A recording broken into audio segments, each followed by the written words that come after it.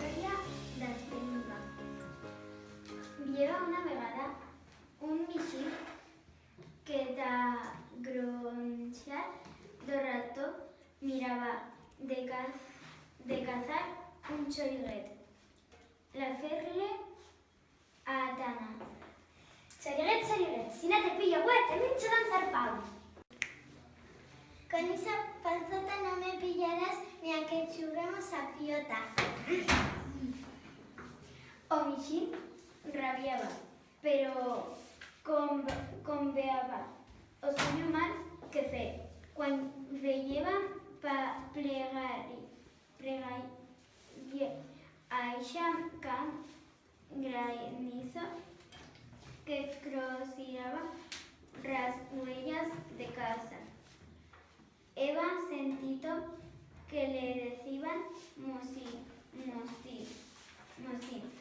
pero se lo miraba con que crosiraba un huello, con unos huellos, como si tienes cara de la mía. Y a Romixín, ella miraba, no le feba ni cagollo. Un día, cuando Mixín iba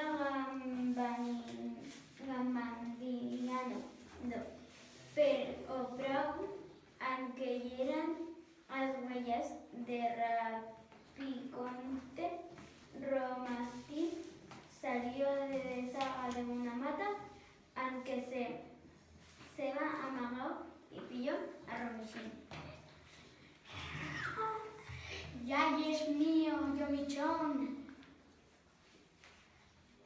Ja, te me mincharé a Mónico. Qué fadillas que te minchaba fas buena facha. Ay, no, soy bien disicata. Demasiado chiqueta tú. Ja, yes, o mío minchar más estimado. Asinas, Oca se elevó a Romixín tu suyo amagadero, que era a una espelunga fosca y cheleta. Metió adentro a Romixín y trancando la puerta decía: Aquí no saldrás y ninguno te trobarás tan hoy. Quan pliegue da faina un buen minchar me agradará.